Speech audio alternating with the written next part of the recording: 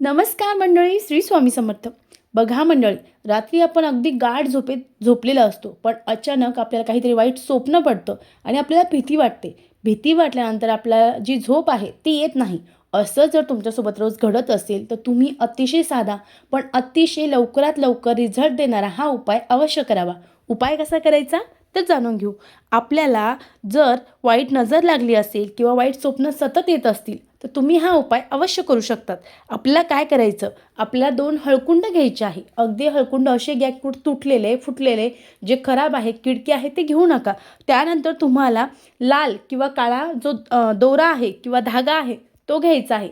त्या धागा ज्या हळकुंड आहेत त्याला बांधायचा आहे आणि त्यानंतर रात्री झोपताना उशाजवळ ती जे हळकुंड आहे तो ठेवायचा आहे.